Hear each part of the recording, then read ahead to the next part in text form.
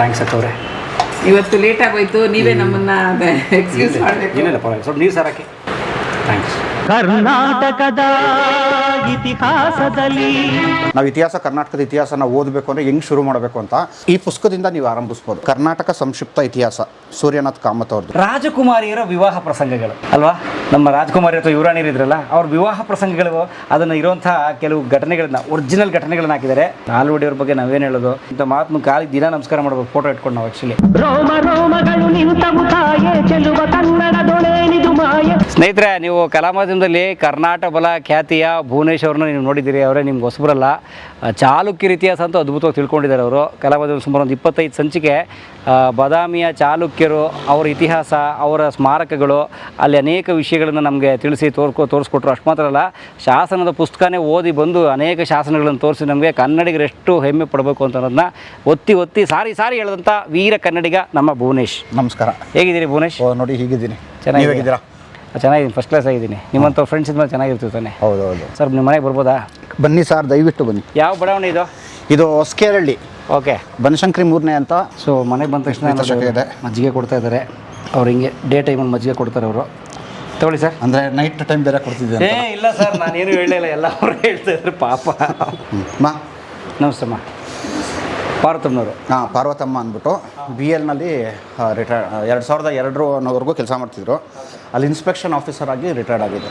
Wow. ಅವ್ರು ತುಂಬ ಓದ್ತಾರೆ, ಯಾಕಂದರೆ ಇತಿಹಾಸ ಹೇಳೋದು ಸುಮ್ಮನಲ್ಲ, ತುಂಬ ಸ್ಟಡಿ, ರಿಸರ್ಚ್, ಓದುವಿಕೆ ಬೇಕು. ಅವ್ರ ಅಧ್ಯಯನ ಹೇಗಿದೆ, ಅವ್ರ ಅಧ್ಯಯನ ಕೊಠಡಿ ಹೇಗಿದೆ, ಅವ್ರ ಪುಸ್ತಕದ ಸಂಗ್ರಹ ಹೇಗಿದೆ ನಾವು ನೋಡೋಣ. ನಿಮ್ಮ ರೂಮು? ನನ್ನ ರೂಮು. ಓಕೆ. ಇನ್ನೇನಿರುತ್ತೆ, ಮಾಮೂಲು ಒಂದು ಮಂಚ ಇದೆ. ಓಕೆ. ಇಲ್ಲಿ ತುಂಬಾ ಆಕರ್ಷಣೆ ಇರೋಂಥ ವಿಷಯ ಅಂದರೆ ಇದೇನೆ. ಯಾವುದು? ನನ್ನ ಈ ಪುಸ್ತಕ ಭಂಡಾರ. ಓಕೆ. ನಾನು ವೃತ್ತಿಯಲ್ಲಿ ಸಾಫ್ಟ್ವೇರ್ ಇಂಜಿನಿಯರ್ ಆಗಿದ್ದರೂ ಕೂಡ ಪ್ರವೃತ್ತಿಯಲ್ಲಿ ಒಬ್ಬ ಇತಿಹಾಸದ ಆಸಕ್ತ. ಸುಮಾರು ಒಂದು 13 ವರ್ಷಗಳಿಂದ ಕರ್ನಾಟಕದ ಇತಿಹಾಸವನ್ನು ಬಗ್ದು ನೋಡ್ತಾ ಇದ್ದೀನಿ. ಓದೋದಲ್ಲ, ಬಗ್ದು. ಯಾಕೆಂದರೆ ನಾನೇ ಒಂದು 2013 ಏನು ಇತಿಹಾಸದ ಆಸಕ್ತಿ ಬಂತಲ್ಲ, ಸುಮಾರು 8 ತಿಂಗಳುಗಳ ಕಾಲ ನಾನು ಎಷ್ಟು ಓದ್ಕೊಂಡಿದ್ದೆ ಅಂದರೆ ಕರ್ನಾಟಕದ ಇತಿಹಾಸನ, ನಾನು ಕೆಲಸ ಮಾಡ್ತಿರೋ ಕಂಪ್ನಿನಲ್ಲಿ ನನ್ನ ಫೈರೇ ಮಾಡಿಬಿಡಿದ್ರು. ಅಷ್ಟು ಆಳಕ್ಕೆ ಇಳಿದ್ಬಿಟ್ಟಿದೆ ಕರ್ನಾಟಕ. ಒಂಥರ ಅಡಿಕ್ಷನ್ ಥರ ಆಗ್ಬಿಟ್ಟಿತ್ತು ಕರ್ನಾಟಕದ ಇತಿಹಾಸ. ಯಾಕೆಂದರೆ ಹುಡುಕ್ದಷ್ಟು ಹೊಸ ವಿಷಯಗಳು ಬರೋಕ್ಕೆ ಶುರುವಾಯಿತು, ಹುಡುಕ್ದಷ್ಟು. ಆಮೇಲೆ ಇದೇನಿದು ಕರ್ನಾಟಕದ ಇತಿಹಾಸ ಇಷ್ಟೊಂದು ಇದಾಗಿಯೂ ಕೂಡ ಜನರಿಗೆ ಮುಟ್ಟಿಲ್ವಲ್ಲ ಅಂತ ಇದಾಗಿ ಕೊನೆಗೆ ನಾವೇ ಯೂಟ್ಯೂಬ್ ಚಾನಲ್ ಮಾಡಿ, ನಮ್ಮ ಯೂಟ್ಯೂಬ್ ಚಾನಲ್ ಮೂಲಕ ಬಂದು ಸಾಕಷ್ಟು ವಿಷಯಗಳನ್ನ ಈಗಾಗಲೇ ತಿಳಿಸ್ತಾ ಇದ್ದೀವಿ. ಸೊ ಮೋಸ್ಟ್ಲಿ ನಿಮ್ಮದು ಈ ವಿಡಿಯೋ ಟೆಲಿಕಾಸ್ಟ್ ಆಗಿ ಇನ್ನೊಂದು ವಾರ 10 ದಿನದಲ್ಲಿ ನಮ್ಮದು ಬಾದಾಮಿ ಸೀರೀಸ್ ಮತ್ತೆ ಓಪನ್ ಆಗುತ್ತೆ. ಇವಾಗ ನಿಮ್ಮ ಚಾನಲ್ಗೆ 22 ವಿಡಿಯೋ ಅಲ್ಲ ನಾವು ಮಾಡಿದ್ದು. ಬಾದಾಮಿ, ಪಟ್ಟದಕಲ್ಲು, ಐಹೊಳೆ, ಮಹಾಕೂಟ, ಮತ್ತು ನಾಗನಾಥನಕೊಳ್ಳ, ಆಲಂಪುರ ಎಲ್ಲ ಸೇರಿ 75 ವಿಡಿಯೋಗಳು ಮಾಡಿದ್ದೀವಿ. ಆಲ್ರೆಡಿ ಮಾಡಿದ್ದೀರಾ? ಮತ್ತೆ ಹೋಗಿ ಎಡಿಟಿಂಗ್ ಆಗ್ತಾ ಇದೆ. ನೀವು ನಿಮ್ಮ ಜೊತೆ ಟ್ರಿಪ್ ಆದ್ಮೇಲೆ ಮತ್ತೆ ಇನ್ನೊಂದು ವಾರ ಹೋಗಿದೆ ನಾನು ಬಂದು. Very good. ಸೊ ಒಂದೊಂದು ಅಲ್ಲಿರೋ ಯಾವುದೇ ಒಂದು ಸ್ಮಾರಕನೂ ಬಿಟ್ಟಿಲ್ಲ, ಯಾವುದೋ ಒಂದು ಶಾಸನನೂ ಬಿಟ್ಟಿಲ್ಲ. ನೋಡಿ, ಇದೇ ಪುಸ್ತಕನೇ ನಾನು ರೆಫರ್ ಮಾಡ್ಕೊಂಡು ಹೋಗಿದ್ದೀನಿ. The Chalukyas of the inscriptions of the Chalukyas of Badami. Padigar ಅವ್ರು ಬರ್ದಿರೋಂಥದ್ದು. ಶ್ರೀನಿವಾಸ್ ವಿ ಪಾಡಿಗರ್ ಅವರು. ಸ್ನೇಹಿತರೆ, inscriptions of Chalukyas of Badami ಚಾಲುಕ್ಯರ ಶಾಸನಗಳು ಅಂತ ಪುಸ್ತಕ. Indian council of historical research ಅವ್ರು ಮಾಡಿರೋಂಥ ಪುಸ್ತಕ. ಅದ್ರ ಪೂರ್ತಿ ಬಾದಾಮಿ ಚಾಲುಕ್ಯರ ಶಾಸನಗಳಿದ್ದಾವೆ. ಪೂರ್ತಿ ಅಷ್ಟು 560 ಶಾಸನ ಇದೆ, ಅಷ್ಟುದಲ್ಲಿ ಮಾಹಿತಿ ಇದೆ. ಓ, ಶ್ರೀನಿವಾಸ್ ಪಾಡಿಗರ್ ಅವರು. ಹಾಗಾದ್ರೆ ಅವರು ಇಂಟರ್ವ್ಯೂ ಮಾಡುವಂಥ ವ್ಯಕ್ತಿತ್ವನೇ ಇಲ್ಲ. ಮಾಡ್ಬೋದು. ಅದು ಬಿಟ್ಟು ನೋಡಿ, ನನಗೆ ರಾಷ್ಟ್ರಕೂಟರ ಶಾಸನ ಸಂಪುಟ, ಕಲ್ಯಾಣ ಚಾಲುಕ್ಯರ ಶಾಸನ ಸಂಪುಟ, ಕೆಳದಿ ಅರಸರದು, ತಾಳೆಗಾರರ ಶಾಸನ ಸಂಪುಟ, ಈ ಥರ ಎಲ್ಲ ಸಾಕಷ್ಟು ಇದನ್ನ ನಮ್ಮ ಪ್ರಸಾರಾಂಗ ಇಲಾಖೆ, ಕನ್ನಡ ಸಂಸ್ಕೃತಿ ಇಲಾಖೆಯಿಂದ ಇದೆಲ್ಲ ಪ್ರಕಟಿತ ಆಗಿರೋದು ನೋಡಿ. ಸೊ ನಾನು ಯೂಶಲಿ ಟ್ರಿಪ್ ಮಾಡ್ಬೇಕಂದಾಗ ಇವನ್ನೆಲ್ಲ ರೆಫರ್ ಮಾಡ್ಕೊಂಡು ಹೋಗಿರ್ತೀನಿ. ಇದೇನಾದರೂ ಶಾಸನಗಳಿಗೋಸ್ಕರ ಇದು ಬೇಕಾಗತ್ತೆ. ಅಡಿಷ್ನಲ್ ಆಗಿ ಏನಾದರೂ ನೀವು ಬೇಕು ಅಂದರೆ, ಈಗ ಉದಾಹರಣೆಗೆ ಲಿಪಿಗೆ ಸಂಬಂಧಪಟ್ಟಂಗಿರ್ಬೋದು ಅಥವಾ ವಾಸ್ತುಶಾಸ್ತ್ರಕ್ಕೆ ಸಂಬಂಧಪಟ್ಟಂಗಿರ್ಬೋದು, ಅದಕ್ಕೂ ಸಾಕಷ್ಟು ಪುಸ್ತಕಗಳಿದೆ. ಸೊ ನಿಮ್ಮ ಚಾನಲ್ನಲ್ಲೇ ಆ್ಯಕ್ಚುಲಿ ನನಗೆ ತುಂಬ ಜನ ಕಮೆಂಟ್ ಮಾಡೋರು, ನಾವು ಕರ್ನಾಟಕದ ಇತಿಹಾಸನ ಓದಬೇಕು ಅಂದರೆ ಹೆಂಗೆ ಶುರು ಮಾಡಬೇಕು ಅಂತ.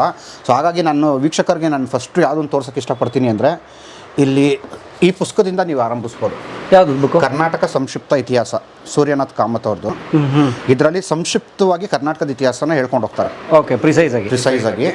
ಇದ್ರ ಜೊತೆಗೆ ಇದ್ರ ನೆಕ್ಸ್ಟ್ ಬುಕ್ ನಾನು ಮಾಡಿದ್ದು ಹಿಂಗೇನೆ. ನಾನು ಫಸ್ಟ್ ಓದಿದ್ದು ಬಂದು ಕರ್ನಾಟಕ ಗತವೈಭವ, ಆಲೂರು ವೆಂಕಟರಾಯರು, ನಮ್ಮ ಕರ್ನಾಟಕದ ಏಕೀಕರಣದ ರೂವಾರಿಗಳಾಗಿದ್ದಾರಲ್ಲ, ಆಲೂರು ವೆಂಕಟರಾಯರು ಬರೆದಂತಹ ಏನು ಕರ್ನಾಟಕ ಗತವೈಭವದಿಂದ ನಾನು ಶುರು ಮಾಡಿದ್ದು. ಸೊ ನಾನು ವೀಕ್ಷಕರಿಗೂ ಹೇಳೋದಷ್ಟೇ, ಇದು ಫಸ್ಟು ಓದ್ಕೋಬೇಕು, ಸಂಕ್ಷಿಪ್ತವಾಗಿರುತ್ತೆ. ಆಮೇಲೆ ಆಲೂರು ವೆಂಕಟರಾಯರದ್ದು ಬಂದು ಕರ್ನಾಟಕ ಗತವೈಭವ ನೋಡಿ. ಇನ್ನೂ ಎಕ್ಸ್ಪರ್ಟೈಸ್ ಲೆವೆಲ್ ನೀವೇನಾದ್ರು ಹೋಗ್ಬೇಕಂದ್ರೆ ಇಲ್ಲಿ ನೋಡಿ, ಇದು ಕರ್ನಾಟಕ ಚರಿತ್ರೆ ವಾಲ್ಯೂಮ್ 1, ವಾಲ್ಯೂಮ್ 2 ಎಲ್ಲ ಇದೆಯಲ್ಲ, ಇದೆಲ್ಲ ಬಂದು ನಮ್ಮ ಪ್ರಸಾರಂಗ ಅವರು ಹೊರಡಿಸಿರೋಂಥ ಪುಸ್ತಕಗಳಿದು. ಇದು ಹಂಪಿ ಕನ್ನಡ ವಿಶ್ವವಿದ್ಯಾನಿಲಯ ಹಂಪಿಯಲ್ಲಿದ್ದಾರೆ ಸ್ನೇಹಿತರೆ, ಅವರು ಮಾಡಿರುವಂಥ ಪುಸ್ತಕಗಳ ಸೆಟ್ ಇದು. ನೋಡಿ ನಿಮಗೆ ಗೊತ್ತಾಗುತ್ತೆ, ಸಂಪುಟ 1 ಈ ಥರದ್ದು 7-8 ಪುಸ್ತಕಗಳು ಇದ್ದಾವೆ.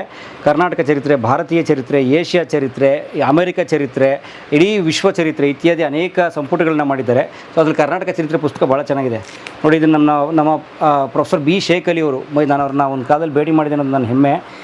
ಈ ಮೈಸೂರಿನಲ್ಲಿ ಇರ್ತಿದ್ರು ಸ್ನೇಹಿತರೆ, ಭಾಳ ದೊಡ್ಡ ಇತಿಹಾಸಕಾರರು ಪ್ರೊಫೆಸರ್ ಬಿ ಶೇಖ್ ಅಲಿ, ಭಾಳ ಗ್ರೇಟ್ ಸ್ಕಾಲರು, ಮತ್ತು ಪ್ರೊಫೆಸರ್ ಸುಂದರ್ ಅವರು, ಇಬ್ಬರು ಸೇರಿ ಮಾಡುವಂಥ ಪುಸ್ತಕ ನೋಡಿ. ಇದನ್ನು ನೋಡಿ ಎಷ್ಟು ಚೆನ್ನಾಗಿದೆ ಪುಸ್ತಕ. ಇದು ಭಾಳ ಆಸಕ್ತಿ ಹುಟ್ಟಿಸುವಂಥ ಪುಸ್ತಕಗಳು. ಸ್ಪೆಸಿಫಿಕ್ ಆಗಿ ಯಾವ್ದಾದ್ರು ವಿಷಯಗಳನ್ನ ನೋಡಬೇಕು ಅಂದ್ಕೊಂಡ್ರೆ, ಉದಾಹರಣೆಗೆ ನೋಡಿ, ಇದು ಮರೆತು ಹೋದ ಮಹಾಸಾಮ್ರಾಜ್ಯ, ವಿಜಯನಗರಕ್ಕೆ ಸಂಬಂಧಪಟ್ಟಂಗೆ ಓದಬೇಕಂದ್ರೆ ಇದು ಅಥೆಂಟಿಕ್ ಆಗಿರುತ್ತೆ. ಇದನ್ನು ನಾವು ರಾಬರ್ಟ್ ಸೆವೆಲ್, ಬಳ್ಳಾರಿಯ DC ಆಗಿದ್ದಂಥವ್ರು, ಬ್ರಿಟಿಷ್ ಕಾಲದಲ್ಲಿ ಅವ್ರು ಮಾಡಿದಂಥ ಪುಸ್ತಕ ಮರೆತು ಹೋದ ಮಹಾಸಾಮ್ರಾಜ್ಯ ವಿಜಯನಗರ. ಯಾಕಂದರೆ ತಾಳಿಕೋಟೆ ಕದನದ ನಂತರ ವಿಜಯನಗರ ಸಾಮ್ರಾಜ್ಯ ಹಂಪಿ ಆದ ನಂತರ ಅದು ಮುಳ್ಳು ಗಿಡ ಬೆಳ್ಕೊಂಡು ಅದು ಹಾಳಾಗೋಗಿತ್ತು. ಅದರೊಳಗಡೆ ಮುಳುಗಿ ಹೋಗಿದ್ದಂತಹ ಇವತ್ತಿನ ಹಂಪಿಯ ಸ್ಮಾರಕಗಳು ಇಲ್ಲೇನೋ ಇದೆಯಲ್ಲ ವಿಶೇಷವಾಗಿ ಅಂತ ಬಳ್ಳಾರಿಯ DC ಆಗಿದ್ದಂಥ ರಾಬರ್ಟ್ ಸೆವೆಲ್ ಬಂದು ಅವ್ರು ಹುಡುಕಿ ತೆಗೆಸಿ ಮಾಡಿದಾಗ ಇಲ್ಲೊಂದು ಸಾಮ್ರಾಜ್ಯ ಇತ್ತು ಅಂತ ಹೇಳಿ ಇತಿಹಾಸ ಬರೆಸಿ ಇಂಗ್ಲೆಂಡಿಗೆ ಒಪ್ಪಿಸಿದ ವರದಿ ಅದು ಆ ಪುಸ್ತಕ. ಅದೇ ಇವತ್ತು ಹಂಪಿ ಇತಿಹಾಸಕ್ಕೆ ಭಾಳ ಮುಖ್ಯವಾದ ಪುಸ್ತಕ ಅದು.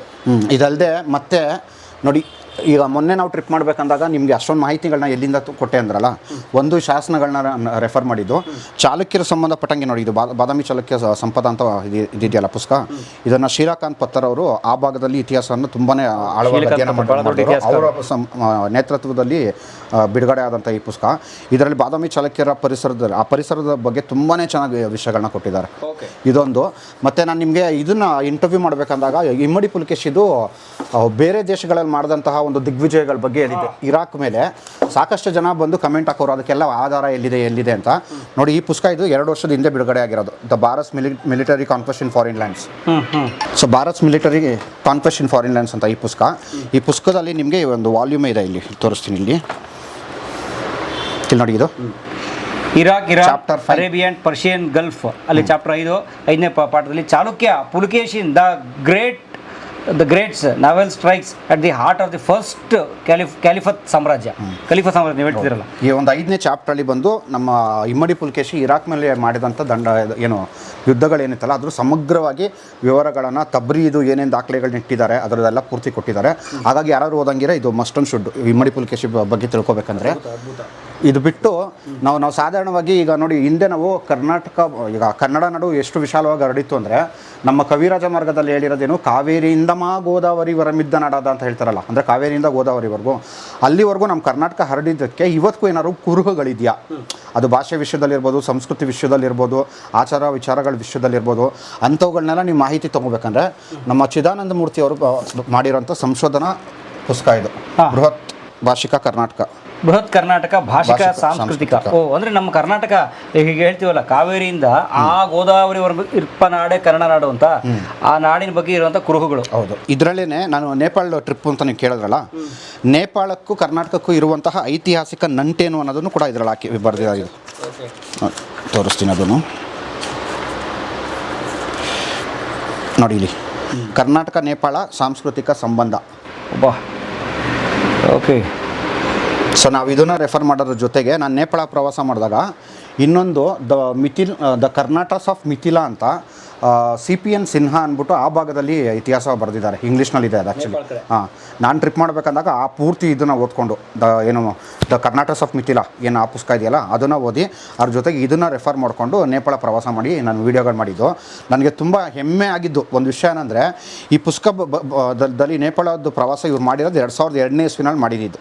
2002ನೇ ಇಸ್ವಿನಲ್ಲಿ ನಮ್ಮ ಚಿದಾನಂದ ಮೂರ್ತಿಯವರು ಆ ಜಾಗಕ್ಕೆ ಹೋಗಿ ನೇಪಾಳದ ಇತಿಹಾಸ ಕಟ್ಟಿದ್ದು. ನಾನು ಅದಾಗಿ ಕರೆಕ್ಟಾಗಿ 20 ವರ್ಷ ಆದಮೇಲೆ ಹೋಗಿದ್ದೀನಿ. ಎಕ್ಸಾಕ್ಟ್ 20 ವರ್ಷ ಆದಮೇಲೆ ಅವರೊಂದು ಇದನ್ನು ಶಾಸನ ಹುಡುಕ್ತಾರೆ, ಒರಳುಗಲ್ಲಿನ ಶಾಸನ ಅಂತ ಕರೀತಾರೆ. ನೇಪಾಳದ ಒರಳುಗಲ್ಲಿನ ಶಾಸನ ಜಂಗಮವಾಡಿ ಅಂತ ಒಂದು ಪ್ರದೇಶ ಇದೆ, ಅಲ್ಲಿ ಜಂಗಮ ಮಠ ಅಂತ. ಆ ಜಂಗಮ ಮಠದಲ್ಲಿದ್ದಂತಹ ಕನ್ನಡ ಶಾಸನವನ್ನು ಇವರು ಸಂಶೋಧನೆ ಮಾಡಿ ಹಾಕಿರ್ತಾರೆ. ಅದಾಗಿ 20 ವರ್ಷ ಆದಮೇಲಿಂದ ಆ ಶಾಸನ ನೋಡಿದ್ದು ಮೊದಲನೇ ವ್ಯಕ್ತಿ ನಾನೇನೆ. ನಾನು ಹೋದಾಗ ಎಷ್ಟು ಸ್ವಾರಸ್ಯಕರವಾಗಿತ್ತು ಅಂದರೆ, ಅಲ್ಲಿ ಈ ಪುಸ್ತಕದ ಪ್ರಕಾರ ಬಂದು ಜಂಗಮ ವಾಡಿ ಅಥವಾ ಒಂದು ಜಂಗಮ ಮಠ ಅಂತ ಒಂದಿದೆ, ಅಷ್ಟು ಮಾತ್ರ ಇದೆ. ನಾವೇನೋ ಮಠ ಅಂದರೆ ಒಂದು ಮಠ ಇರುತ್ತೆ ಅಂದ್ಕೊಂಡು ಹೋದರೆ 106 ಮಠಗಳಿದೆ ಅಲ್ಲಿ. ಹೋಗಿ ಹುಡುಕಿ ಸಾಗೋಯ್ತು. ಬೆಳಗ್ಗೆಯಿಂದ ಸಾಯಂಕಾಲ ಶಾಸನ ಹುಡುಕ್ಬೇಕು ಅಂತಲೇ ಹುಡುಕ್ತಿದ್ದೀವಿ, ಎಲ್ಲೂ ಗೊತ್ತಾಗ್ತಿಲ್ಲ. ಸಂಜೆ ಆಗಿ ಎಲ್ಲ ಫುಲ್ ಟಯರ್ಡಾಗಿ ಮೋಸ್ಟ್ಲಿ ಅದು ಹುಡ್ಕೋಕ್ಕಾಗಲ್ವೇನೋ ಅಂದ್ಕೊಂಡು ಇನ್ನೇನು ಹೊರಡಬೇಕು, ದೇವರೇ ಕರೆಸ್ಕೊಬಿಟ್ಟ ಅನಿಸುತ್ತೆ. ನಾವು ಹಿಂಗೆ ಇದನ್ನು ಶಾಸನದ ಹಿಂಗೆ ಫೋಟೋ ಇಟ್ಕೊಂಡು ಯಾರೋ ಒಬ್ಬರ ಹತ್ರ ಹೋಗಿ ಅನ್ಫಾರ್ಚುನೇಟ್ ಸುಮ್ಮನೆ ಹಂಗೆ ಹೋಗಿ ಕೇಳಿದ್ವಿ, ಈ ಥರ ಇದೇನೋ ಹುಡುಕ್ತಾ ಇದ್ವಿ, ಈ ಥರ ಇಲ್ಲಿ ಒಂದು ಒಳಗಲ್ದು ಅಂತ ಒಂದು ಶಾಸನ ಇತ್ತಂತೆ, ಅದನ್ನು ಹುಡುಕ್ತಾ ಇದ್ದೀವಿ ಅಂತಂದರೆ ಅವ್ರು ನೋಡಿದ್ನಲ್ಲ ಸ್ಟ್ರೇಂಜರ್ ಯಾರೋ ಬಂದು ಏನೋ ಮಾಡ್ತಾರೆ ಅಂದ್ಕೊಂಡು ಅದು ನೋಡ್ಬಿಟ್ಟು ಇದಾ ಬಾ ಇಲ್ಲೇ ಇದೆ ಅಂತ ಕರ್ಕೊಂಡು ಹೋಗ್ಬಿಟ್ಟ ಪಕ್ಕದಲ್ಲೇ. ಇದು ದೇವರೇ ಕರೆಸ್ಕೊಂಡಿದ್ದು ಅನ್ನಿಸ್ಬಿಡ್ತು ನನಗಂತೂ. ಎಲ್ಲಿ ಇಡೀ ಬೆಳಗ್ಗೆಯಿಂದ ಸಾಯಂಕಾಲ ಹುಡುಕಿ ಸಾಯಂಕಾಲ ನಾವು ಇನ್ನು ಹುಡ್ಕೋಕ್ಕಾಗಲ್ಲ ಅಂತ ವಾಪಸ್ ಬರೋ ಸಂದರ್ಭದಲ್ಲಿ ಒಂದು ಕಡೆ ನಿಂತ್ಕೊಂಡು ಅದನ್ನು ಯಾರಿಗೋ ಒಬ್ರಿಗೆ ತೋರಿಸ್ದಾಗ ಅವ್ರು ಹಂಗೆ ಡೈರೆಕ್ಟ್ ಒಳಗಡೆ ಕರ್ಕೊಂಡೋದ. ಅದೇನಾಗಿದೆ ಅಂದರೆ ಅವ್ರಿಗೆ ಅಲ್ಲಿ ಕಾಷ್ಟ ಶಿಲ್ಪಗಳು ಅಂತ ಕರೀತಾರೆ. ಕಾಷ್ಟ ಶಿಲ್ಪಗಳು ಅಂದರೆ ಮರದಿಂದ ಮಾಡಿದಂಥ ಶಿಲ್ಪಗಳು. ಆ ಮರದಿಂದ ಮಾಡಿದಂಥ ಶಿಲ್ಪ ಆಗಿರೋ ಕಾರಣ ಅದನ್ನು ರೀಸ್ಟೋರ್ ಮಾಡೋ ಎಲ್ಲ ಪೂರ್ತಿ ಬಿಚ್ಚಿಬಿಟ್ಟಿದ್ರು. ಆ್ಯಕ್ಚುಲಿ ರೀಕನ್ಸ್ಟ್ರಕ್ಷನ್ ಮಾಡೋದಕ್ಕೋ ಏನೋ ಪೂರ್ತಿ ಬಿಚ್ಚಿಬಿಟ್ಟವ್ರೆ. ಅಲ್ಲಿ ಇದಿರೋದೇ ಗೊತ್ತಿಲ್ಲ, ಗುಡಿ ಇರೋದು ಎಲ್ಲ ಬಿಚ್ಚಿಬಿಟ್ಟಿದ್ದಾರೆ. ಅವನು ಹೋಗಿ ತೋರಿಸ್ತಾನೆ, ಇದ್ರದ್ದು ಎಲ್ಲ ಮರ ಒಂದ್ರ ಮೇಲೆ ಜೋಡಿಸ್ಬಿಟ್ಟಿದ್ದಾರೆ. ಕೆಳಗಡೆಗೆ ಆದಂಗೆ ಒಳಗಲ್ಲಿನ ಶಾಸನ ಇತ್ತು. ಅದನ್ನ ಹೋಗಿ ತೋರಿಸಿದ ನನಗೆ. ಅದೊಂಥರ ಒನ್ ಆಫ್ ದ ಸಖತ್ ಮೂಮೆಂಟ್. ಆ ಶಾಸನದಲ್ಲಿ ಬಂದು ಒಬ್ಬರು ಇವ್ರ ಹೆಸರು ಬರುತ್ತೆ, ಅಂದರೆ ಆ ಮಠದ ಉಸ್ತುವಾರಿನ ನೋಡ್ಕೊತಿರ್ತಾರಲ್ಲ ಅವ್ರ ಹೆಸರನ್ನ ಕೆತ್ತಿದ್ದಾರೆ ಆ್ಯಕ್ಚುಲಿ. ಸೊ ಅವ್ರು ಕನ್ನಡಿಗರಾಗಿದ್ರ? ನೇಪಾಳನಲ್ಲಿ ನೇವಾರಿ ಸಮುದಾಯ ಅಂತ ಕರೀತಾರೆ. ಆ ನೇವಾರಿ ಸಮುದಾಯ ಇವತ್ತಿಗೂ ಕೂಡ ತಮ್ಮನ್ನು ತಾವು ಕರ್ನಾಟಕದವರು ಅಂತಲೇ ಹೇಳ್ಕೊತಾರೆ. 800 ವರ್ಷಗಳ ಹಿಂದೆ ಏನಾಗಿದೆ ಅಂದರೆ ನಮ್ಮ 6ನೇ ವಿಕ್ರಮಾದಿತ್ಯ ಅಂತ ಬರ್ತಾನಲ್ಲ, ನಾವು ಕಲ್ಯಾಣ ಚಾಲುಕ್ಯರ ದೊರೆ 6ನೇ ವಿಕ್ರಮಾದಿತ್ಯ, ಆತ ಬಂದು ಅಸ್ಸಾಂವರೆಗೂ ದಂಡೆ ತೊಗೊಬಿಟ್ಟಿರ್ತಾನೆ. ಅಸ್ಸಾಂಗೆ ಹಿಂದೆ ಕಾಮರೂಪ ಅಂತ ಕರೀತಿರ್ತಾರೆ, ಇವತ್ತಿಗೆ ನಾವು ಅಸ್ಸಾಂ ಅಂತ ಕರಿತಿದ್ದೀವಲ್ಲ. ಆ ಕಾಮರೂಪಕ್ಕೆ ದಂಡೆ ತೋದಾಗ ಬರೋ ಸಂದರ್ಭದಲ್ಲಿ ಇನ್ನು ಅಷ್ಟು ಭಾಗನ ನಿಯಂತ್ರಣದಲ್ಲಿ ಇಟ್ಕೋಬೇಕಲ್ಲ, ಹಾಗಾಗಿ ಇಬ್ಬರು ಸಾಮಂತರನ್ನ ಆ ಭಾಗದಲ್ಲಿ ನೇಮಿಸ್ತಾರೆ. ಅದರಲ್ಲಿ ಒಬ್ಬ ಬಂದು ಸಾಮಂತ ಸೇನಾ ಅಂತಲೇ ಒಬ್ಬ ಬರ್ತಾನೆ. ಅವನ್ನ ಇವತ್ತಿನ ಬಾಂಗ್ಲಾದೇಶಕ್ಕೆ ನೆಲೆಯೂರಿಸ್ಬಿಟ್ಟು ನೀನು ಅಂದರೆ ನನ್ನ ಅಧೀನದಲ್ಲಿ ನೀನು ಆ ಭಾಗ ಆಡಳಿತ ಮಾಡುವಂಥ. ಹಾಗೆ ವಾಪಸ್ ಬರ್ತಾ ನೇಪಾಳ ಮತ್ತು ಬಿಹಾರದ ವ್ಯಾಲಿ ಇದೆಯಲ್ಲ, ಆ ವ್ಯಾಲಿನಲ್ಲಿ ಬಂದಾಗ ಇವತ್ತಿಗೆ ಸಿಮ್ರನ್ಗಢ ಅಂತ ಒಂದು ಸ್ಥಳ ಇದೆ. ಸಿಮ್ರನ್ಗಢ ಇರೋದು ಹಿಂದೆ ಅದನ್ನು ಬಂದು ತಿರ್ಹತ್ ಪ್ರದೇಶ ಅಂತ ಕರೆಯೋದು, ತಿರ್ಹತ್ ಅಂತ. ಅದು ಬಿಹಾರ ಮತ್ತು ನೇಪಾಳದ ಬಾರ್ಡ್ರ್ನಲ್ಲಿರೋಂಥ ಜಾಗ ಅದು. ಆ ಜಾಗದಲ್ಲಿ ಬಂದು ನಮ್ಮ ನಾಣ್ಯದೇವ ಅನ್ನೋ ಇನ್ನೊಬ್ಬ ಸಾಮಂತ ಅಲ್ಲಿಂದ ಆಳ್ವಿಕೆ ಸ್ಟಾರ್ಟ್ ಮಾಡ್ಕೋತಾರೆ. ಅದೇ ಮುಂದಕ್ಕೆ ಬಂದು ನೇಪಾಳದಲ್ಲಿ ನಮ್ಮದು 233 ವರ್ಷಗಳ ಕಾಲ ಸುದೀರ್ಘವಾದ ಆಡಳಿತ ನಡೆಯುತ್ತೆ. ಇನ್ಫ್ಯಾಕ್ಟ್ ನಾವು ಕನ್ನಡಿಗರು ಎಷ್ಟು ಹೆಮ್ಮೆ ಪಡ್ಕೋಬೇಕಂದ್ರೆ, ನೇಪಾಳ ಕಂಡಂಥ ಸುವರ್ಣ ಯುಗವನ್ನು ಕೊಟ್ಟಿದ್ದು ನಾವು. ಇವತ್ತಿಗೂ ನೇಪಾಳದ ಇತಿಹಾಸದಲ್ಲಿ ಸುವರ್ಣ ಯುಗ ಅಂತ ದಾಖಲೆ ಆಗಿರೋದೇ ನಮ್ಮ ನಾಣ್ಯದೇವ ಮತ್ತು ಮಿಥಿಲಿಯ ಆಫ್ ಕರ್ನಾಟಸ್ ಅಂತ ಕರೀತಾರೆ, ಅಂದರೆ ಮಿಥಿಲಿಯ ಕರ್ನಾಟಕರು ಅಂತ. ಅವರ ಆಡಳಿತದಲ್ಲೇ ನೇಪಾಳ ಬಂದು ಸುವರ್ಣ ಯುಗ ಅಂತ ಕೊಟ್ಟಿದ್ದಂತೆ. ಅದನ್ನು ನಾವು ತುಂಬ ಹೆಮ್ಮೆ ಪಡ್ಕೋಬೇಕು. ಸೊ ಆ ಭಾಗದಲ್ಲೆಲ್ಲ ನಾವು ಹೋಗಿ ವಿಡಿಯೋ ಮಾಡಿದ್ವಿ. ಆಮೇಲೆ ಆ ನಾಣ್ಯದೇವನಿಗೆ ಇವತ್ತಿಗೂ ಇದೇ ಒಂದು ಬಿಹಾರ್ನಲ್ಲಿ ಸೀತೆ ಹುಟ್ಟಿದಾಳಲ್ಲ, ಸೀತಾಮಡಿ ಅಂತ ಜಾಗ, ಅದು ಜನಕ್ಪುರ ಅಂತ ನಾವೇನು ಮಾತಾಡ್ತೀವಲ್ಲ, ಅಲ್ಲಿ ಸೀತಾಮಡಿ ಅನ್ನೋ ಒಂದು ಜಾಗದಲ್ಲಿ ಹುಟ್ಟೋದು. ಆ ಜಾಗದಿಂದ ನಿಮಗೆ ಸುಮಾರು ಒಂದು 25-30 ಕಿಲೋಮೀಟ್ರ್ ಹೋದರೆ ನಾಣ್ಯಪುರ ಅಂತ ಒಂದು ಊರು ಬರುತ್ತೆ. ಆ ನಾಣ್ಯಪುರದಲ್ಲಿ ಈಗಲೂ ನಮ್ಮದೇ ಕನ್ನಡಿಗ ನಾಣ್ಯದೇವನ್ನ ಪೂಜೆ ಮಾಡ್ತಾರೆ. ಆ್ಯಕ್ಚುಲಿ ಗುಡಿನೇ ಕಟ್ಬಿಟ್ಟಿದ್ದಾರೆ ಅದಕ್ಕೆ ಅಂತಲೇ. ನಾವು ಅದರದ್ದೆಲ್ಲ ತೋರಿಸಿದ್ವಿ ನಮ್ಮ ಚಾನಲ್ನಲ್ಲೇ, ಅದರದ್ದೆಲ್ಲ ವೀಡಿಯೋಗಳೆಲ್ಲ ಮಾಡಿ ತೋರಿಸಿದ್ವಿ. Great sir, very good. So ಆ ಥರ ಸ್ಟಡಿ ಅಧ್ಯಯನ ಮಾಡಿ. ಹೌದು, ತುಂಬಾ ನೋಡಿ. ಹಾಗೇನೆ ನೋಡಿ, ಇದು ಎನ್ಸೈಕ್ಲೋಪೀಡಿಯಾಗಳ ಬಗ್ಗೆ ನಾವು ಇದು ಮಾಡಬೇಕು. ಇವತ್ತಿಗೆ ನಮ್ಮ ನಾರ್ಮಲಿ ಎನ್ಸೈಕ್ಲೋಪೀಡಿಯಾ ಅಂತ ನಾವು ಕರಿತೀವಲ್ಲ, ವಿಶ್ವಕೋಶಗಳು. ಇಡೀ ಪ್ರಪಂಚದಲ್ಲಿ ಅತ್ಯಂತ ಹೆಚ್ಚಿನ ವಿಶ್ವಕೋಶಗಳನ್ನು ಬರೆದಿರೋದೇ ಕನ್ನಡದವ್ರು ಇಡೀ ಪ್ರಪಂಚದಲ್ಲಿ. ಇದು ನೋಡಿ, ಮಾನಸೋಲ್ಲಾಸ ಒಂದು ರೆಫರೆನ್ಸು. ನಮ್ಮ ಗಂಗರ ಕಾಲ, ನಮ್ಮ ಏನು ತಲಕಾಡಿನ ಗಂಗರ್ ಇರ್ಬೋದು, ಆಮೇಲೆ ಹೊಯ್ಸಳರು ಇರ್ಬೋದು, ಕರ್ನಾಟಕ ಸಾಮ್ರಾಜ್ಯ, ಮೈಸೂರು, ಕೇಳದಿ, ಈ ಥರ ನಾವು ಲೆಕ್ಕ ಹಾಕಿದ್ರೆ ಇಲ್ಲಿ ಆರಂಭ ಆದಂತಹ ಒಂದು ಎನ್ಸೈಕ್ಲೋಪೀಡಿಯಾ ವರ್ಕ್ ಅಂತ ನಾವೇನು ಮಾತಾಡ್ತೀವಲ್ಲ, ಅದು ನಮಗೆ ಆಲ್ಮೋಸ್ಟ್ ಸ್ವಾತಂತ್ರ್ಯ ಭಾರತ ಬರೋವರೆಗೂ ಇಡೀ ಭಾರತ ದೇಶದಲ್ಲಿ ಯಾರು ಒಬ್ಬರು ಏನು ವಿಶ್ವಕೋಶಗಳನ್ನು ಬರೆದಿರೋದು ಬರೀ ಕನ್ನಡದವ್ರು ಮಾತ್ರ. ಈ ದೇಶವನ್ನು ನಾವೇನಾದ್ರು ಅರ್ಥ ಮಾಡ್ಕೋಬೇಕು. ಈಗ ಎನ್ಸೈಕ್ಲೋಪೀಡಿಯಾ ಅಂದರೆ ಏನಿರುತ್ತಪ್ಪ, ಹಿಂದಿನ ಕಾಲದಲ್ಲಿ ಏನು ಉಡುಗೆ ಉಡ್ತಾಯಿದ್ರು, ಏನು ಆಟ ಆಡ್ತಾಯಿದ್ರು, ಕೋಟೆ ಹೆಂಗೆ ಕಟ್ಕೊಳ್ಳೋರು, ಮನೆ ಹೆಂಗೆ ಕಟ್ಕೊಳ್ಳೋರು, ಅವ್ರದ್ದು ಅರ್ಥವ್ಯವಸ್ಥೆ ಯಾವ ಥರ ಕಟ್ಕೊಂಡಿದ್ರು, ಕರೆಕ್ಟಾ, ಆಮೇಲೆ ಸೈನ್ಯದ ವ್ಯವಸ್ಥೆ ಹೆಂಗಿತ್ತು, ಈ ಥರ ಎಲ್ಲ ವಿಷಯಗಳನ್ನು ದಾಖಲೆ ಮಾಡ್ತಾರೆ, ಕರೆಕ್ಟಲ್ಲ. ಅದನ್ನೇ ಎನ್ಸೈಕ್ಲೋಪೀಡಿಯಾ ಅನ್ನೋದು. ನೀವೊಂದು ಈ ಭಾರತ ದೇಶವು ಯಾವ ರೀತಿ ಇತ್ತು ಅನ್ನೋದು ನಿಮಗೆ ಕಲ್ಪನೆ ಮಾಡಬೇಕಂದ್ರೆ ಎನ್ಸೈಕ್ಲೋಪೀಡಿಯಾ ಅಂತ ಸಾಧ್ಯ. ಆ ಎಲ್ಲ ಎನ್ಸೈಕ್ಲೋಪೀಡಿಯಾಕ್ಕೆ ವರ್ಕ್ ಮಾಡಿರೋದು ನಾವೇ ಕನ್ನಡದವರು. ತುಂಬ ಹೆಮ್ಮೆ ಪಡ್ಕೋಬೇಕು. ಅದರಲ್ಲಿ ಮಾನಸೋಲ್ಲಾಸ ಒಂದಿದೆ. ಇದ್ರ ಜೊತೆಗೆ ಇನ್ನೊಂದು ಪುಸ್ತಕ ನಿಮಗೆ ತೋರಿಸಲೇಬೇಕು ನೋಡಿ. ಇದು ಸಿರಿಭೂವಲಯ ಅಂದ್ಬಿಟ್ಟು. ಈ ಸಿರಿಭೂವಲಯದ್ದು ವಿಶೇಷತೆ ಸಿರಿಭೂವಲಯ ಅಂತ ಪುಸ್ತಕ. ಓಕೆ. ಇದು ಇಡೀ ಪ್ರಪಂಚದ ಏಕೈಕ ಅಂಕ ಸಾಹಿತ್ಯ. ಇದು ಅಂಕ ಸಾಹಿತ್ಯ ಅಂದರೆ ನಾವು ನಾರ್ಮಲಿ ಇವಾಗ ಸಾಹಿತ್ಯ ಹೆಂಗೆ ಬರಿತೀವಿ, ಅಕ್ಷರಗಳು, ಅಂಕೆಗಳಿಂದನೇ ಸಾಹಿತ್ಯ ಬರೆದ್ಬಿಟ್ಟಿದ್ದಾರೆ. ಇಲ್ಲೇನು ಮಾಡಿದ್ದಾರೆ ಅಂದರೆ ನಿಮಗೆ ಅಂಕೆಗಳನ್ನು ಬಳಸ್ಕೊಂಡು ಅದರಿಂದ ಇದನ್ನು ಕಟ್ಕೊಂಡು ಹೋಗ್ತಾರೆ. ಏನಂತಾರೆ ನೋಡಿ, ಇಲ್ಲಿ ಬಂಧಗಳನ್ನು ಕಟ್ತಾರೆ. ಇಲ್ಲಿ ಬಂಧಗಳಿದೆ ನೋಡಿ, ಇದು ಇವೆಲ್ಲ ಬಂಧಗಳು ಅಂತ ಕರೀತಾರೆ ಇವುಗಳನ್ನ. ಚಕ್ರಬಂಧ ಅಥವಾ ಇನ್ನೂ ಏನೇನೋ ಹೆಸರುಗಳಿದೆ ಇದಕ್ಕೆಲ್ಲ. ಈ ಬಂಧಗಳಲ್ಲಿ ಅಂಕಿಗಳು ಕೊಟ್ಟಿರ್ತಾರಲ್ಲ, ಈ ಅಂಕಿಗಳನ್ನು ನಾವು ಯಾವುದೋ ಒಂದು ರೀತಿ ಓದಬೇಕು. ಓದಾದ್ಮೇಲಿಂದ ಅದೇನೋ ಇನ್ನೊಂದು ಬರುತ್ತೆ ಹಿಂಟು.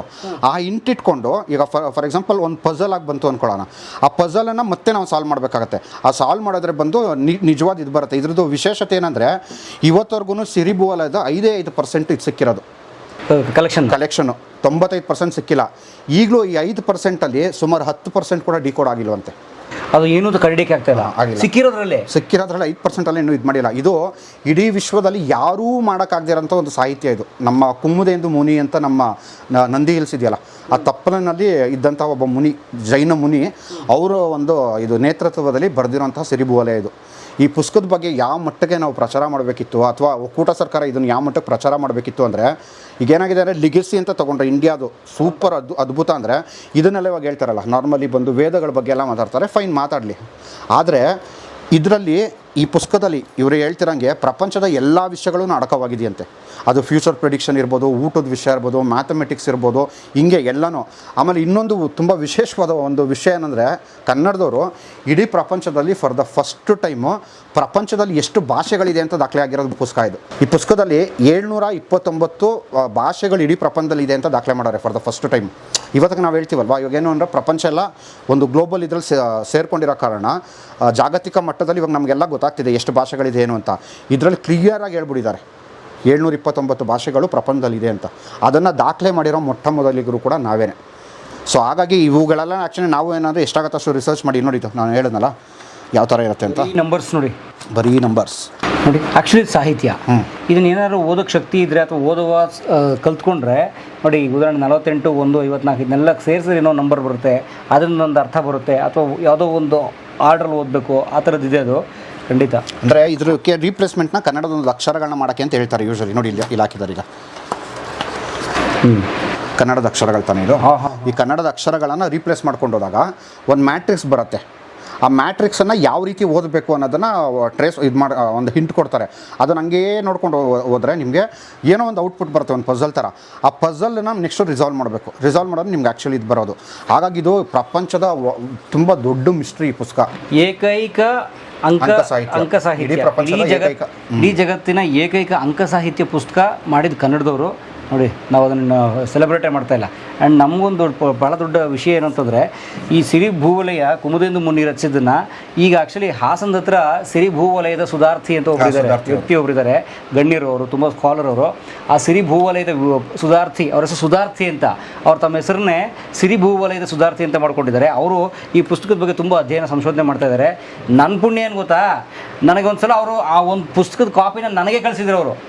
ಯಾರ ಮೂಲಕ ಗೊತ್ತಾ, ನಮ್ಮ ಟೆಕ್ಕಿನ್ ಕನ್ನಡ ಸಂದೀಪ್ ಇದ್ದಾರಲ್ಲ, ಅವ್ರು ಹಾಸನದವರು. ಹಾಸನಕ್ಕೆ ಹೋದಾಗ ಪರಮವ್ರು ನಿಮ್ಮ ಫ್ರೆಂಡ್ ಅಲ್ವಾ, ದಯವಿಟ್ಟು ಈ ಪುಸ್ತಕ ಅವ್ರು ಕೊಡಿ ಅಂತ. ನಾನು ಖಂಡಿತ ಹೋಗೋಣ ಹಾಸನಕ್ಕೆ, ಅವ್ರನ್ನ ಸಂದರ್ಶನ ಮಾಡೋಣ. ಸಿರಿ ಭೂವಲಯದ ಸುಧಾರ್ಥಿ ಅವ್ರನ್ನ ಸಂದರ್ಶನ ಮಾಡೋ ಮೂಲಕ ಕನ್ನಡ ಇಡೀ ಜಗತ್ತಿನ ಮೊಟ್ಟ ಮೊದಲ ಅಂಕ ಸಾಹಿತ್ಯ ಪುಸ್ತಕದಲ್ಲಿ ಏನಿದೆ ಅಂತ ಅನ್ನೋದು ನಾವು ತಿಳ್ಕೊಳ್ಳೋಣ. ಹೀಗೆ ಸಾಕಷ್ಟು ಪುಸ್ತಕಗಳ ಒಂದು ಕಲೆಕ್ಷನ್ ನನ್ನ ಹತ್ರ ಇಲ್ಲಿದೆ, ಸುಮಾರು ಇದ್ದಾವೆ. ಓಕೆ, ಅದ್ಭುತ. ಇನ್ನು ವಾಸ್ತುಶಿಲ್ಪಕ್ಕೆ ಸಂಬಂಧಪಟ್ಟ ನೋಡಿ, ಲಕ್ಕುಂಡಿದಿರ್ಬೋದು. ಓಕೆ, ಇಲ್ಲೆಲ್ಲ ಸಣ್ಣ ಸಣ್ಣ ಪುಸ್ತಕಗಳಿದೆಯಲ್ಲ, ಇದೆಲ್ಲ ಆಲ್ಮೋಸ್ಟ್ ವಾಸ್ತುಶಿಲ್ಪಕ್ಕೆ ಸಂಬಂಧಪಟ್ಟಂಗೆ. ಓಕೆ, ಆಮೇಲೆ ಭಾಳ ಮುಖ್ಯವಾದ ಪುಸ್ತಕ ನೋಡಿ ಇದು, ಪ್ರಾಚೀನ ಕರ್ನಾಟಕದ ಮಹಿಳಾ ಲೋಕ. ಪ್ರಾಚೀನ ಕರ್ನಾಟಕದ ಮಹಿಳಾ ಲೋಕ. ಈ ಪುಸ್ತಕದ ಬಗ್ಗೆ ನಾವು ನಿಮ್ಗೆ ಹೇಳಿದ್ದೀವಿ. ಎಲ್ಲಿ ಗೊತ್ತಾ, ನಮ್ಮ ಪಟ್ಟದಕಲ್ಲಿನ ರಾಣಿ ತನ್ನ ಗಂಡನ ದಿಗ್ವಿಜಯವನ್ನು ನೆನೆಸ್ಕೊಳ್ಳೋಕ್ಕೋಸ್ಕರ ಕಟ್ಟಿರುವಂಥ ಪ್ರೇಮಸೌಧ ದೇವಸ್ಥಾನ ಇದೆಯಲ್ಲ, ಆ ದೇವಾಲಯದಲ್ಲಿ ಇದೇ ಶಿಲ್ಪ ಇದೆ, ಸೇಮ್ ಶಿಲ್ಪ. ಈ ಶಿಲ್ಪವನ್ನು ಮುಖಪುಟವಾಗಿ ಬಳಸ್ಕೊಂಡು ಡಾಕ್ಟರ್ ಸಂಧ್ಯಾ ವಿ ಅವರು ಮಾಡಿರೋ ಪುಸ್ತಕ ಪ್ರಾಚೀನ ಕರ್ನಾಟಕದ ಮಹಿಳಾ ಲೋಕ ಅಂತ. ಅಂದರೆ ಪ್ರಾಚೀನ ಕರ್ನಾಟಕದಲ್ಲಿ ಮಹಿಳೆಯರು ಹೇಗಿದ್ರು, ಮಹಿಳೆಯರಿಗೆ ಏನು ಸ್ಥಾನಮಾನ ಇತ್ತು ಅಂತ ಅನ್ನೋದು ಪುಸ್ತಕ ಇದು. ಇಲ್ಲಿ ಎಷ್ಟು ಚೆನ್ನಾಗಿರೋ ಒಂದು ಹೆಡ್ಡಿಂಗ್ ನೋಡಿ, ನಿಮ್ಗೆ ಇಂಟ್ರೆಸ್ಟ್ ಬರುತ್ತೆ. ಇತಿಹಾಸದ ಬಗ್ಗೆ ಇಂಟ್ರೆಸ್ಟ್ ಬರ್ಸೋಕ್ಕೆ ನಾನು ಇದು ಮಾಡ್ತಿದ್ದೀನಿ. ಪ್ರಾಚೀನ ಕರ್ನಾಟಕದ ಮಹಿಳಾ ಲೋಕದಲ್ಲಿ ಒಂದು ಸಬ್ಜೆಕ್ಟ್ ಅದು ಗೊತ್ತಾ, ರಾಜಕುಮಾರಿಯರ ವಿವಾಹ ಪ್ರಸಂಗಗಳು ಅಲ್ವಾ. ನಮ್ಮ ರಾಜಕುಮಾರಿ ಅಥವಾ ಯುವರಾಣಿಯರು ಇದ್ರಲ್ಲ, ಅವ್ರ ವಿವಾಹ ಪ್ರಸಂಗಗಳು, ಅದನ್ನು ಇರುವಂಥ ಕೆಲವು ಒರಿಜಿನಲ್ ಘಟನೆಗಳನ್ನ ಹಾಕಿದ್ದಾರೆ. ಕವಿ ಬಿಲ್ಹಣ ತಿಳಿಸಿರುವಂತೆ, ಈಕೆಯ ಸೌಂದರ್ಯಕ್ಕೆ ಮನಸೊತ್ತು ದೇಶದ ನಾನಾ ಭಾಗಗಳಿಂದ ಪ್ರಸಿದ್ಧ ದೊರೆಗಳು ಸ್ವಯಂವರಕ್ಕೆ ಬಂದಿರುತ್ತಾರೆ. ಯಾಕೆ, ಕಾಶ್ಮೀರದ ಬಗ್ಗೆ ಬರೀತಾರೆ ಅವರು. ಸೊ ಆ ಥರದ್ದು ನೋಡಿ ಎಷ್ಟು ಚೆನ್ನಾಗಿದೆ. ಇತಿಹಾಸ ಅಂದರೆ ಹಾಗೆ ರುಚಿ. ಒಂದ್ಸಲ ನಿಮ್ಗೆ ರುಚಿ ಅಥವಾ ಅದರದ್ದು ಆಸಕ್ತಿ ಹುಟ್ಟುಬಿಟ್ರೆ ಅದು ನಿಮ್ಗೆ ಒಂಥರ ಅಡಿಕ್ಷನ್ನು, ಕಿಕ್ಕದು ಕರ್ಕೊಂಡು ಹೋಗುತ್ತೆ. ಮತ್ತು ಒಳ್ಳೆ ಅಡಿಕ್ಷನ್ನು, ಬೇರೆ ಯಾವುದೋ ಅಡಿಕ್ಷನ್ಗಿಂತಲೂ ಒಳ್ಳೆ ಅಡಿಕ್ಷನ್ ಅದು. ಹಾಗೆ ಮತ್ತು ನಾಲ್ವಡಿ ಕೃಷ್ಣ ಜೋಡಿ ಅದು ನೋಡಿ ಪುಸ್ತಕ. ಇದು ಪ್ರತಿಯೊಬ್ಬರು ಪ್ರತಿಯೊಬ್ಬರು ಮನೆಯಲ್ಲಿ ಇರಲೇಬೇಕು. ಮನೇಲಿ ಮನೇಲಿ ಇಟ್ಕೊಂಡ್ರೆ ಉಪಯೋಗ ಇಲ್ಲ, ಅಂತ ಹೋಗಿ ತಿಳ್ಕೊಬೇಕು. ಹೌದು. ಅಭಿವೃದ್ಧಿ ಹರಿಕಾರ ನಾಲ್ವಡಿ ಕೃಷ್ಣರಾಜ ಒಡೆಯರ್ ಬಗ್ಗೆ ನಾವೇನು ಹೇಳೋದು, ಇಂಥ ಮಹಾತ್ಮನ ಮುಟ್ಟೆ ಏನೋ ಇಂಥ ಮಹಾತ್ಮನ ಕಾಲಿಗೆ ದಿನ ನಮಸ್ಕಾರ ಮಾಡಬೇಕು, ಫೋಟೋ ಇಟ್ಕೊಂಡು ನಾವು. ಆ್ಯಕ್ಚುಲಿ ಯಾಕೆ ಗೊತ್ತಾ, ಹಳೆ ಮೈಸೂರು ಭಾಗ ಇವತ್ತೇನಾದರೂ ಸ್ವಲ್ಪ ಸುಭಿಕ್ಷವಾಗಿದೆ ಕಂಪ್ಯಾರಿಟಿವ್ಲಿ ಅಂತಂದರೆ ಅದಕ್ಕೆ ಭಾಳ ಪ್ರಮುಖ ಕಾರಣ ಈ ತ್ಯಾಗಮಯಿ ಮೂರ್ತಿ, ಈ ನಿಸ್ವಾರ್ಥ ಮೂರ್ತಿ, ಇವರ ಪತ್ನಿ, ಅವರಿಬ್ಬರು ನಾವು ನೆನೆಸ್ಕೊಳ್ಳೇಬೇಕು. ರಾಜರು, ಎಷ್ಟೋ ರಾಜರುಗಳು ತನ್ನ ಪ್ರಜೆಗಳ ರಕ್ತ ಹೀರಿ ಅವ್ರು ದರೋಡೆ ಮಾಡಿ ಕಿತ್ತು ತಿಂದು ಅವ್ರ ಬಡತನಕ್ಕೆ ದೂಡಿ ಅವ್ರ ಹೆಣ್ಣುಮಕ್ಳ ಮೇಲೆ ಅತ್ಯಾಚಾರ ಮಾಡಿ ಬದುಕಿದಂಥ ಇತಿಹಾಸಗಳು ಎಷ್ಟು ಬೇಕು ನಿಮಗೆ. ಆದರೆ ಈ ರಾಜ ನನ್ನ ಜನ ಚೆನ್ನಾಗಿರ್ಬೇಕು ರೀ, ನನ್ನ ಜನ ಎಲ್ಲ ನನ್ನ ಮಕ್ಕಳೇ ಅಂಥೇಳಿ ಅವ್ರಿಗೋಸ್ಕರ ಶಾಲೆ, ಕಾಲೇಜು, ಯೂನಿವರ್ಸಿಟಿ, ಆಸ್ಪತ್ರೆಗಳು, ಡ್ಯಾಮ್ಗಳು, ಫ್ಯಾಕ್ಟ್ರಿಗಳು, ರಸ್ತೆಗಳು, ಕರೆಂಟು, ಇಡೀ ಏಷ್ಯಾಗೆ ಫಸ್ಟ್ ಕರೆಂಟ್ ಬಂದಿದ್ದು ನಮಗೆ, ಕರ್ನಾಟಕಕ್ಕೆ, ಬೆಂಗಳೂರಿಗೆ ಅದನ್ನೆಲ್ಲ ಮಾಡಿದ ಮಹನೀಯ ಈ ಪುಣ್ಯಾತ್ಮ. ಇವ್ರ ಬಗ್ಗೆ ಹೇಳೋಕ್ಕೆ ನಾನು ನಿಮಗೊಂದು 100 ಎಪಿಸೋಡ್ ಕಮ್ಮಿ ಅಂದ್ರೆ 100 ಎಪಿಸೋಡ್ ಮಾಡಿ ಹೇಳ್ತೀನಿ ಸದ್ಯದಲ್ಲಿ. ಸೊ ಇವರು ಸಮಗ್ರವಾಗಿ ನಮ್ಮ ನಾಡಿಗೆ ಕೊಟ್ಟಂಥ ಕೊಡುಗೆಗಳಿಗೆ ಟೀ ಶರ್ಟ್ ಮಾಡಿದ್ದೀವಿ. ನೆಕ್ಸ್ಟ್ ನಾನು ಟೀ ಶರ್ಟ್ ತೋರಿಸ್ತೀನಿ. ಬಿಟ್ಟು ಅವ್ರ ತಾಯಿ ಅವ್ರದ್ದು ನೋಡಿ, ಕೆಂಪು ಸಂಜಮ್ಮಣಿ ನೋಡಿ, ರಾಜಮಾತೆ ಕೆಂಪು ಸಂಜಮ್ಮಣಿ ರೆಜೆಂಟ್ ರಾಣಿ ಆಗಿದ್ರಲ್ಲ, ನಾಲ್ವಡಿ ಇವ್ರು ಭಾಳ ಚಿಕ್ಕವರಿದ್ರು ಅವಾಗ ಪಟ್ಟಕ್ಕೇರಿದಾಗ. ಕೆಂಪು ಸಂಜಮ್ಮಣ್ಣಿ ಇವ್ರ ಬಗ್ಗೆ ಅವ್ರು ಬರೆದ ಡಾಕ್ಟರ್ ಗಜಾನನ್ ಶರ್ಮಾ, ಇವ್ರ ಮನೆ ಪಕ್ಕದಲ್ಲೇ ಇದ್ದಾರೆ. ಡಾಕ್ಟರ್ ಗಜಾನನ್ ಶರ್ಮಾ ಯಾರು ನಮ್ಮ ಭುವನೇಶ್ವರ್ ಮನೆ ಪಕ್ಕದಲ್ಲಿ, ಅವ್ರ ಸಂದರ್ಶನ ನಾವು ಮಾಡಿದ್ದೀವಿ. ಅವ್ರು ಬರೆದಿರೋಂಥ ಪುಸ್ತಕ ಅದು. ಹಾಗಾಗಿ ಇನ್ನು ಭಾಳ ಒಳ್ಳೊಳ್ಳೆ ಪುಸ್ತಕಗಳಿದ್ದಾವೆ. ಹಾಗಾಗಿ sir, great collections. All the best. So ಅದೇ ಒಂದು ಗುಡ್ ನ್ಯೂಸ್ ಏನಂದರೆ, ಬಹುಶಃ ಮುಂದಿನ ವರ್ಷಕ್ಕೆ ಕರ್ನಾಟಕದಲ್ಲಿ ಒಂದು ಕ್ರಾಂತಿ ಮೊಳಗಲಿದೆ. ಏಕೆಂದರೆ ತುಂಬ ಡೀಟೇಲಾಗಿ ಸ್ಟಡಿಗಳಾಗ್ತಾ ಇರೋ ಕಾರಣ ಬಂದು ಮುಂದಿನ ವರ್ಷ ಕರ್ನಾಟಕದ ಇತಿಹಾಸವನ್ನು ಡಾಕ್ಯುಮೆಂಟ್ರಿಗಳ ರೀತಿ ತೊಗೊಂಬರೋಕ್ಕೆ ಅಂತ ಪ್ರಯತ್ನಗಳು ನಡೀತಾ ಇದೆ. ಸೊ ಇಷ್ಟರಲ್ಲೇ ಕೆಲವುದೆಲ್ಲ ಒಳ್ಳೊಳ್ಳೆ ನ್ಯೂಸ್ಗಳು ಹೇಳ್ತೀನಿ. ಎಸ್ ಆಗಲಿ. ಭುವನೇಶ್ವರ್ ಮನೇಲಿ ಒಳ್ಳೊಳ್ಳೆ ಪುಸ್ತಕ ತೋರಿಸಿ ಮನಸ್ಸು ಖುಷಿ ಪಡಿಸಿದಾರಲ್ಲ, ನಂಗೆ ತುಂಬ ಹಸುವಾಗಿದೆ. ಸೊ ಊಟ ಮಾಡ್ಕೊಂಡ್ಬಿಡ್ತೀನಿ ಅಂದರೆ ಭುವನೇಶ್ ಬೇಡ ನಮ್ಮ ಮನೆಗೆ ಬನ್ನಿ, ಒಳ್ಳೆ ಊಟ ಮಾಡಿಸ್ತೀನಿ ಅಂದರು. ಒಳ್ಳೆ ಊಟ ಇದೆ, ಬನ್ನಿ ಮಾಡೋಣ. ಅವ್ರ್ಯಾರು ಹೀರೋ? ಅವರು ನಮ್ಮ ಕಾನಿಷ್ಕ ಅವರು, ಇದಕ್ಕೆ UPSCಗೆ ಪ್ರಿಪೇರ್ ಆಗ್ತಿದ್ದಾರೆ. ನಮ್ಮ ಅಣ್ಣನ ಮಗ, ದೊಡ್ಡ ಮಗ ಕಾನಿಷ್ಕ. ಹಾಂ, ಕುಶಾಲನಗರದವರೇ ಕಾನಿಷ್ಕ. ಆವಾಗ ನನಗೆ ಕರ್ನಾಟಕದ ಇತಿಹಾಸ ಗೊತ್ತಿಲ್ಲದೆ ಇರೋ ಕಾರಣ ನಾನೇ ಒಂದು ಕಾನಿಷ್ಕ ಅಂತ ಹೆಸರಿಟ್ಟಿದ್ದು. ಹಾಂ, ಅಪ್ಪಿತಪ್ಪಿ ಆಮೇಲೆ ಏನಾದ್ರು ಹುಟ್ಟಿದ್ರೆ ಇವನಿಗೆ ನಾನು ಕನ್ನಡ ದೇವ ಅಂತ ಇಡ್ತಾ ಇದ್ದೆ. ಯಾರು ಕನ್ನಡ ದೇವ? ಕನ್ನಡ ದೇವ ಯಾರು ಅಂದರೆ ನಮ್ಮ ರಾಷ್ಟ್ರಕೂಟರಲ್ಲಿ ಕೊನೆಯ ಅತ್ಯಂತ ಪ್ರಖ್ಯಾತ ದೊರೆ. ಇಡೀ ಭಾರತದ ಇತಿಹಾಸ ನೋಡಿದ್ರೆ ವಿಂಧ್ಯ ಪರ್ವತದಿಂದ ರಾಮೇಶ್ವರಂನವರೆಗೂ ಅಷ್ಟು ಅಖಂಡ ಭೂಭಾಗವನ್ನು ಆಡಳಿತ ಮಾಡಿದ ಏಕೈಕ ದೊರೆ ಅವನು, ಕನ್ನಡ ದೇವ. ಲಾಸ್ಟಲ್ಲಿ ಬರ್ತಾರಲ್ಲ, ಅದರಲ್ಲಿ ತುಂಬ ಪ್ರಭಾವಿ ದೊರೆ ಅಂದರೆ ಕನ್ನಡ ದೇವ. ಅವನಾದ್ಮೇಲೆ ಕರ್ಕ ಮತ್ತು ಕೊಟ್ಟಿಗ ದೇವ ಅಂತೆಲ್ಲ ಬರ್ತಾರೆ. ಇವನಾದ್ಮೇಲೆ ಅಲ್ಲಿಗೆ ರಾಷ್ಟ್ರಕೂಟರ ಪೀರಿಯಡ್ ಎಂಡ್ ಆಗುತ್ತೆ. ಸೊ ಹಾಗಾಗಿ ಅವನೇ ಸಿಡಬೇಕಾಗಿತ್ತು ಅಂತ ಅನ್ನಿಸ್ತು. ಬಟ್ ದೊಡ್ಡವನಾಗ್ಬಿಡಿದ್ನಲ್ಲ, ಸೊ ಹಂಗಾಗಿ ಬಿಟ್ಬಿಟ್ರು. ಇಲ್ಲ ಅಂದರೆ ಕುಶಾಲನಗರ. ಬಟ್ ಇವನ್ ತಮ್ಮ ಇದ್ದಾನೆ, ಅವನಿಗೆ ಬಂದು ಚಾಲುಕ್ಯ ಅಂತಾನೆ ಹೆಸರಿಟ್ಟಿರೋದು. ಓಕೆ. ನಮ್ಮ ಮನೆಯಲ್ಲಿ ಮುದ್ದೆ ವಿಷಯಕ್ಕೆ ಜಗಳಗಳಾಗ್ಬಿಡುತ್ತೆ. ಮುದ್ದೆ ಮಾಡಿಲ್ಲ ಅಂದರೆ ಜಗಳ ಆಗುತ್ತೆ. ನಮ್ಮನೇಲಿ ಅಷ್ಟೇ, ಮುದ್ದೆ ಮಾಡಿಲ್ಲ ಜಗಳ ಆಗುತ್ತೆ. ಹಾಂ, ಇಲ್ಲ ಫಸ್ಟು ಅವ್ರಿಗೆ ಅತಿಥಿಗಳು ಹಾಕಿ. ಹಾಂ, ಕಳಿಸ್ತೀನಿ. ಅಲ್ಲ ಅಲ್ಲಿ ಬಿಡ್ಸಿ. ಥ್ಯಾಂಕ್ಸ್ ಅಕ್ಕವ್ರೆ. ಇವತ್ತು ಲೇಟ್ ಆಗೋಯ್ತು, ನೀವೇ ನಮ್ಮನ್ನ ಎಕ್ಸ್ಕ್ಯೂಸ್ ಮಾಡಬೇಕು. ಏನಿಲ್ಲ ಪರವಾಗಿಲ್ಲ, ಸ್ವಲ್ಪ ನೀರು ಸಾರಾಕಿ. ಥ್ಯಾಂಕ್ಸ್. ಭುವನೇಶ್ವರ್ ಮನೇಲಿ ಇವತ್ತು ನಮಗೆ ಒಳ್ಳೆ ರಾಗಿ ಮುದ್ದೆ, ಮೊಟ್ಟೆ ಜೊತೆಗೆ ಮಟನ್ ಸಾರು, ಕುರಿ ಮಾಂಸದ ಸಾರಿದೆ ಇವತ್ತು. ಬನ್ನಿ ಚೆನ್ನಾಗಿ ಊಟ ಮಾಡಿ ಕನ್ನಡದ ಇತಿಹಾಸ ಹೇಳೋಕ್ಕೆ ಸ್ವಲ್ಪ ಶಕ್ತಿ ತೊಗೊಳ್ಳೋಣ. ಕನ್ನಡದ ಇತಿಹಾಸ ಹೇಳೋಕ್ಕೆ ಭಾಳ ಶಕ್ತಿ ಬೇಕಲ್ಲ, ಅದಕ್ಕೆ ಮಟನ್ ತಿನ್ನಿಸಿ ನಮ್ಮನ್ನ ತುಂಬ ಸ್ಟ್ರಾಂಗ್ ಮಾಡ್ತಾಯಿದ್ರು ಮನೆಯವರು. ಹಾಂ, ಭಾಳ ಚೆನ್ನಾಗಿದೆಪ್ಪ, ಒಳ್ಳೆ ನಾಟಿ ಸ್ಟೈಲ್ ಮಾಡಿದ್ದೆ. ಒಟ್ಟಿಗೇನು ಎಲ್ಲಿ ಕಲ್ತಿದ್ದೆಲ್ಲ ಮಾಡೋದು? ಎಲ್ಲಿ ನಿಮ್ಮ ಮನೆ ಇರೋದು? ನಿಮ್ಮ ತಾಯಿ ಮನೆ? ಒಟ್ಟಿಗೆ ಕೊಡು. ಒಟ್ಟಿಗೆ ಕೊರಟಗೆರೆ ಮಹಾಲಕ್ಷ್ಮಿ ಟೆಂಪಲ್. ಕೊರಟಗೆರೆ ಅಕ್ಕಿರಾಂಪುರ ಸಂತೆ ಫೇಮಸ್ ಅಲ್ಲ, ಕುರಿ ಸಂತೆ ಫೇಮಸ್ಸು. ಅಕ್ಕಿರಾಂಪುರದ ಕುರಿ ಸಂತೆ ಫೇಮಸ್ ಕೊರಟಗೆರೆ. ಥ್ಯಾಂಕ್ಸ್, ಭಾಳ ಚೆನ್ನಾಗಿ ಮಾಡಿದೆ. ಇದೇ ನಾಡು, ಇದೇ ಭಾಷೆ ಎಂದೆಂದು ನನ್ನದ. ಈ ವಿಡಿಯೋ ನೋಡೋದಕ್ಕೆ ನಿಮಗೆ ತುಂಬ ಧನ್ಯವಾದ. ಕರ್ನಾಟಕ ಬಲ ಕನ್ನಡ ಟೀ ಶರ್ಟ್ಗಳಿಗಾಗಿ ಈ ಕೆಳಗಿನ ನಂಬರ್ಗೆ ಸಂಪರ್ಕಿಸಿ ಅಥವಾ ವೆಬ್ಸೈಟ್ಗೆ ಲಾಗಿನ್ ಆಗಿ. ಶುಭವಾಗಲಿ. ಜೈ ಕನ್ನಡಾಂಬೆ. ಕಲಾ ಮಾಧ್ಯಮದ ಎಲ್ಲ ಎಪಿಸೋಡುಗಳು ನಿಮಗೆ ಸಿಗಬೇಕು ಅಂತಂದ್ರೆ ಕಲಾ ಮಾಧ್ಯಮ ಯೂಟ್ಯೂಬ್ ಚಾನೆಲ್ನ ಸಬ್ಸ್ಕ್ರೈಬ್ ಮಾಡಿ, ಬೆಲ್ ಐಕಾನ್ನ ಕ್ಲಿಕ್ ಮಾಡಿ, ತಪ್ಪದೇ ಮಾಡಿ. ವಿಡಿಯೋ ನೋಡೋದಕ್ಕೆ ನಿಮಗೆ ತುಂಬ ಧನ್ಯವಾದಗಳು. ಪುಸ್ತಕಗಳನ್ನು ಓದು ಮನಸ್ಸನ್ನು ಅರಳಿಸುತ್ತೆ, ಬುದ್ಧಿಯನ್ನು ಚುರುಕು ಮಾಡುತ್ತೆ, ಕಾಣದ ಹೊಸ ಲೋಕವನ್ನು ಪರಿಚಯಿಸುತ್ತೆ. ಹಾಗಾಗಿ ಓದುವ ಸಂಸ್ಕೃತಿ ಹೆಚ್ಚಾಗ್ಲಿ. ಧನ್ಯವಾದ.